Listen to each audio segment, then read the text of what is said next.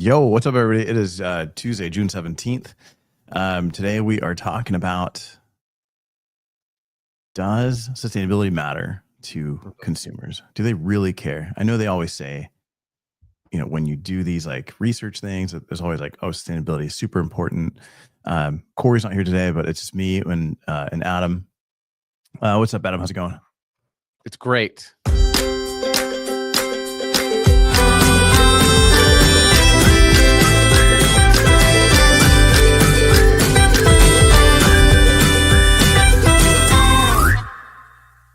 Nick was like, "You have a rare car." So that was a fun evening. All right, man. So you guys, I tell the best stories after I get interrupted. You should all be mad at Avelio for not that's making what the value is. That's what the value is. How great my stories are. Hey, by the way, I did yesterday. I said that I was not a naysayer, I was a nayslayer, and I believe someone chimed in with, that would be a great shirt. Well, ask and you shall receive, everybody. Nice. I had already ordered one on Canva. Canva is, my entire clothing collection pretty soon is just by Canva, sponsored by Canva. Stuff I wake up and go, this would make for a below average shirt that maybe 2 people would buy. I should make it. Look, I got one too. I know. I have one of those. You don't have a nayslayer shirt though. I don't. All right, man. So like just getting into this. Yeah. If you're watching, let us know where you're watching from. That's always great. We can see how far this conversation's going. Whether you're a designer, a student, a brand looking to buy packaging, a startup looking to move into your first package design, I think this conversation is pretty important. I think, we're going to cover a few things on sustainability. Do consumers really care about sustainability in 2025? We'll kind of get into this. Also, by the way, have they ever actually really cared about it? Because that article, the study goes back further than just 2025. It's absolutely, but it kind of it'll show like progressively people are feeling confident enough to be honest and be like, nah, it doesn't really matter. Yeah. So it's falling in its position, but I think. But before we get to that McKinsey report and talk about sustainability and packaging and the decision you should make because of it when you're buying packaging or designing packaging, you have a real world problem, which I think kind of goes back to the sustainability issue. Yeah. So here's my my, dare I say, it is a sticky situation. So a while back, my wife and I, this was before like the Amazon stuff, we wrote this fantastic kids book. And I had to buy X amount of them. There was like a minimum that I had to buy, which is a common problem within the packaging space. There we go. Look how big I am. So I had to buy, I think it was like 1,200 or 1,300 books or something like that for the minimum order. And so we did. And I thought, surely there's 1,000 people that will want to buy this book. And I miscalculated. So I just got the publisher was like, we have 763 of these books in our warehouse still. So I've sold like 500, which is exciting, but I still have like 763 to get rid of. And they said you can either pay this pretty large storage fee to keep them here. We can ship them all to you, and the price was a lot. Was it more than the storage? Yes, it's more than the storage fee. It's like twice the amount of money to ship them as a storage fee. Or we can, they said, dispose of them for $45. So I have 700 of these books that I've made that are extra that they can dispose of, which probably means landfill, I'm going to guess, or which I don't want to have happen. Because on a long enough timeline, it all ends up in a landfill.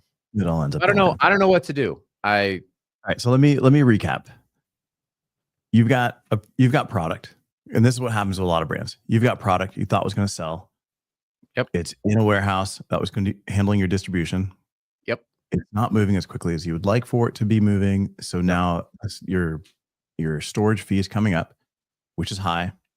they've got the option to either send it to you so you can ship them out yourself, or they can just get rid of them. Or I Right. can So do as like any combination, right? Like I can take on 200 a books portion of and them, get rid of the 500 or whatever. Yeah. but as a business owner, as a brand, I mean, this happens, right? All the Sometimes you time. launch a product, it doesn't sell. Maybe it's because of the product. Maybe it's because there's an expiration on it. Maybe it's packaging has changed, new regulations. You've got to change graphics on it, and now you're given the opportunity to either relabel, dispose. Like you've got these decisions to make. So for you, it's going to cost a lot to ship it to you to do something with it, or it's going to Yeah. cost a little bit less to keep it in storage. I think it's like $700 to ship Nice. it, $350 to store it, or Mhm. $45 to get rid of it all. Yeah. And So the cheaper option is arguably the most damaging environmentally. I mean, dumping yeah, 700 books into a landfill doesn't sound like fun, especially when it like the back of it's like, let's talk about what recycling is and sustainability. And it's like, let's chuck all these in the landfill. So I don't like that option, but it's like, is that a hardcover? yeah, Okay, so hardcover books um, are not the easiest to recycle. no. Right, the paper on the inside, if that's a coated sheet, it's less desirable. Yep, It looks like it's coated. The it is. outside is probably has a film lamination on the outside of that paper in order for Probably. it to wrap around. So that's not something that's desired. So if Yeah. that was going to be recycled, you'd have to rip the covers off and recycle the interior component, right? And if It's there's not any gonna kind of like, what's that? it's not it's gonna go it's gonna get landfilled. That's what I've come to find out. Yeah, yeah. He was saying you're getting ripped off on freight. He can ship it for less. He can drive it over to your house for less. Okay, Hugh, go pick it. It's on the East Coast, so I would really appreciate that. And you know what? While you're making the trip, some maple syrup might be nice, That's right. Right? It'll sweeten the deal. and I'll pay you in hugs. Ayo, sweeten the deal. Um, yeah. So Avelia, you Two had an hugs. idea when I ran this by you that I thought Yeah. was interesting. But you're right. This is a very real conundrum that brands. Um, I like that, Chris. That's right. Brands find themselves in, right? Is like, how what do I do with this? Like, it sounded like a good idea. The Mhm. cash is already outlaid, and Yeah. it's So and unfortunately, the cheapest thing to do is often to just throw it in a landfill and forget it ever existed. yep. I can tell you, I designed packaging with a major retailer about 10 years ago, 12 years ago. Um, huge, hundreds of thousands of units of shopping bags and product packaging, and it was for this huge launch. There was graphics on the front of on the front of it, and there was a pre-release press release that came out, and it showed the graphics of the packaging. It got picked up by some mommy blogs, and they were like, "This is horrible. This is so anti whatever." Someone got super offended by it. The retailer's like, "We're gonna get blowback. We've got to destroy all of it." And it never left the factory floor. Like it never got delivered anywhere. It got Hmm. destroyed. There was video of like the whole process. Um, but it was insane. And that I mean that happens. Not the same situation, but No, these are things but it that is do a sticky a sticky situation. situation. Yeah. So all right, so then here's what I offered. Right, you've got this issue. It's on the East Coast. There are packaging conferences on the East Coast. I think it would benefit the conference to pick up all of these books, hand these out at the conference, or have a booth, have someone that's going to one of these conferences as a that has a booth, and then can hand these out on your behalf. But it's something that's going to draw people in because it is, um, you know, it would pick up people that are familiar with you. Mhm. So I think if you're out there and you've got a booth coming up, I think reach out to Adam. I think that's one solution. I don't know if there's any other solutions, but I do want to get to the McKinsey report. But what are you thinking? Yeah, I mean, I still have to pay the freight, right? So I still have to get it, though it's not all the way to Utah. Um, Well, I mean, they could pick up the freight. yeah, yeah, yeah. They could totally pay for it. Yeah, At if least you've laid out, $30,000-$40,000 for a booth, I think you can spend yeah, yeah, yeah. 400 bucks. I would be more than happy if somebody wanted to, take a couple hundred of these and just give them out to, coworkers, friends, family, all that kind of stuff White like that. elephants. Yeah, white elephant gifts. It just, to your most hated enemies. That would be just, with like a handwritten note on the inside. I don't know. Mhm. But yeah, that would be it would be great. I'm just trying to figure out what do I what do I do, right? So appreciate Chris and Hugh and anyone else if you're watching this on replay. Reach out if you got any ideas. If you got some companies you think might want them, schools or whatever it is, I'm happy to make some donations. But maybe McKinsey would want it because they're coming out with all sorts of reports. Maybe if you know Yeah. someone at McKinsey, or like a company like Bloomberg, Mhm. somebody like that would be great. They have a lot of employees. The other All right, so the other option is you can ship those to yourself. Dude, I You tried to take set you up with the I perfect know, I know, I know, I know, but and you didn't here's the take problem here's the problem with being creative is you've got ideas nonstop, and I'm thinking that some a word can be said, and all of a sudden it's like, let me fix this I've problem." told I've And told people, like, if I said every idea that came out of my brain, mhm, I would be locked up in an institution maybe. Like, the things that I say yeah. have gone through some sort of filter of, like, "Should I say this?" Yeah, I don't stop. Yeah. Um, all right, here's the other thing, and this is not business advice, but you can ship that to yourself. You can ship these out to potential clients, Mhm. in whatever businesses that you're doing, or partner with the business. Ship these out. Christmas is coming up. These can be holiday gifts. It's super cheap to ship via USPS individually. You can actually probably even have those shipped from that warehouse to a Yeah. mailing company nearby, so that you don't have to ship it all the way across, and then just ship those out with, you know, print out some business cards, slip them in the book. Do that. That's a marketing expense. But there's a million ways that you can do this. It's just a matter of Yeah. getting I'd rather getting have more. somebody give me, like, $10 a book, like a big company, and say, like, "We're gonna use this as a marketing expense, and here's $1,000 for 100 books." That would be because then it's, like, double the cost for just me to do it, right? It's like, I've already paid for the book, now I gotta pay to ship it, and then, like, that's an expensive thing that's gonna be what I'm trying to say is it's a stupid idea. What I'm trying Hey, to Stephanie, how are you? Thanks for joining us. Hey, All thanks for right, coming from Connecticut. so let's get to this report from McKinsey. Yeah, they're finding sustainability companies are in sticky situations. That's right. For some reason, this takes a little bit to post up here. There we go. Do consumers care about sustainable packaging in 2025? And you can read this. You can go to McKinsey. It's like the main article today, talking about the cost of living going up, uncertainty, and how consumers are kind of changing the way that they're deciding on their purchases. Top of mind packaging and product considerations for US consumers. It says that consumers consistently rank quality, price, and convenience at the top, more important than environmental impact, which I think it's a no brainer. I don't have to ask anybody that. Are you going to buy something that's low quality but sustainable? I don't think so. Um, but if you're out there and you're designing packaging, I think this is a key thing to kind of focus on, right? Mhm. Like what I get out of this as a designer is perception of quality is most important. So your packaging has to communicate that. Price, packaging definitely rolls into this. A Mhm. lot of times sustainable packaging costs a little bit more. So that might push brands to choose less sustainable packaging because it'll help bring down price. Convenient access, you know, that's not necessarily an unboxing conversation. That's just, is it available to you in your where you live?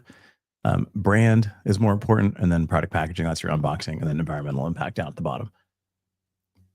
How do you read this? Like, what's your takeaway on this, Adam? So I look at this and there's a couple of things, right? There is a trend from 2020 to 2025, and you Mhm. could say the importance of environmental impact has more than doubled when it comes to packaging. Um, Hey, so Adriano, how you doing? We got Adriano. Go check him out. oh yeah, Marinelli, I gotta get tomato some. I gotta get sauce. some sauce. It's all saucy. The sauce is Uh, the boss. so you see social impact and environmental impact over the last 5 years, while they're Mhm. still at the bottom, have increased considerably. Mhm. But they haven't necessarily outpaced perception of quality, as No, a percentage, right? So the overall numbers, I don't even know what does 72 mean? That can't be it's not a percent. It's not a like percent. that does not add up to 100. So I don't No. what does it say? Oh, the number of respondents. Okay. So more respondents said that environmental impact, 33% said that's a big deal as opposed to Mhm. only 14% said. Okay, that makes sense. So just more people are there's more factors actually. People used to be more focused on just the top few. Now they are more focused on environmental impact and social impact, though it is lower on the rankings. Yeah. So I don't think it changes much for packaging companies from 5 years ago, right? We still have to, and from 2020, everything shifted in 2020. So of course in 2020 people weren't concerned about environmental impacts. They were concerned about, Safety. is it safe? Can Mhm. I buy it? Will the food show up from DoorDash without COVID? I mean, there was a lot Mhm. happening then. So it's kind of an interesting Yeah, I used to benchmark get my for measuring it. milk delivered, and I would just leave it on my doorstep. I spray it with Lysol and leave it on my doorstep for like 3 days before I bring it in. I doused mine with rat poison. I Um, did not do that. Don't do that, kids. That's a terrible idea. yeah, but I think from a packaging perspective, I kind of think that I feel like my personal view on this is that it matters where you are financially as a buyer, Oh yeah, we right? disagree on this. This would be fun. Let's Oh, fight, fight, fight, fight, fight, fight. if you're on the if you're on the lower end of the spectrum, like I grew up dirt poor. I've talked about this before. My parents didn't care about sustainability. It's like, could we afford this? Right? Like, what's the best that I can afford for my family at a price point? They're not looking at recycling, not looking at anything else. And yes, that was in the 90s when I was like 10. Um, but today I think it's the same. Right. And if you're on the higher end of the spectrum, then you've got the luxury to choose on other things besides trying to get the biggest bang for your buck. Okay, here's where I disagree. So when I went and talked with Bo Peck here in Salt Lake City, and we were Yep. talking about where does he get good recycling from that's gone through consumers, he said it's not from the cities. Mhm. That's a mess. That people don't really particularly care about sustainability and recycling because they don't do a good job at it. It's the So rural. BOPEC, It's the rural BOPEC, who is communities. BOPEC? Explain that for Oh, anybody. right. Yeah, I just thought everyone knows Bo. Yeah. Bo knows is what I'm trying to say. Yeah. If you remember. So no, Bo runs a recycling facility, a MRF here in Salt Lake City, Utah. I went and toured his MRF. He does a ton of Mhm. work around material recovery and recycling.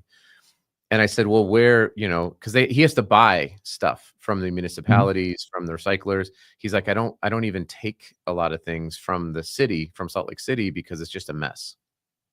But the rural communities have these recycling community centers. He's like, that stuff's great. I buy that stuff Mhm. all the time because they seem to actually care. It's part of their community gathering. And so if you follow the socioeconomics of like downtown Salt Lake, for example, is really Mhm. expensive to live in. But this is a general statement. There's areas that are not expensive Yeah. to live in, but in general, it's more expensive to live in the city than it is out in the country. Um, and so that's why I think that's a different perception um, when it comes to like what's driving decisions and then what do they do with it. Rural But communities in be better at making the better decisions than people who have money. okay, but Peck has people deliver, bring their recyclables to him, right? That's part of the No, it gets picked up by somebody else. when I spoke to him, he explained how people would bring it to him because they didn't have collection in some of these areas, right? Yeah, Like yeah. I'm talking about places, rural places with like a community collection where they go and they put stuff in and things like that. yeah, but I like that look. we got Jonathan McGee explain, talking about how low income brackets don't have time energy to consider sustainability. With what's being delivered to Bo, there's that's part of what's happening in the community. He doesn't collect it from the cities because there's already a collection system that gets delivered elsewhere, right? And he's prefers the separated product from that's being brought to him because it's more carefully gone over. Because Yeah, anything that they bring that he won't collect, they've got to take back. So people that do bring stuff to him are taking the time to do that. yeah. Doesn't mean that this is lower income. You know, it's just that's that particular community. Yeah, there are a lot of lower income communities that don't have access to recycling though. That's a pretty well established reality.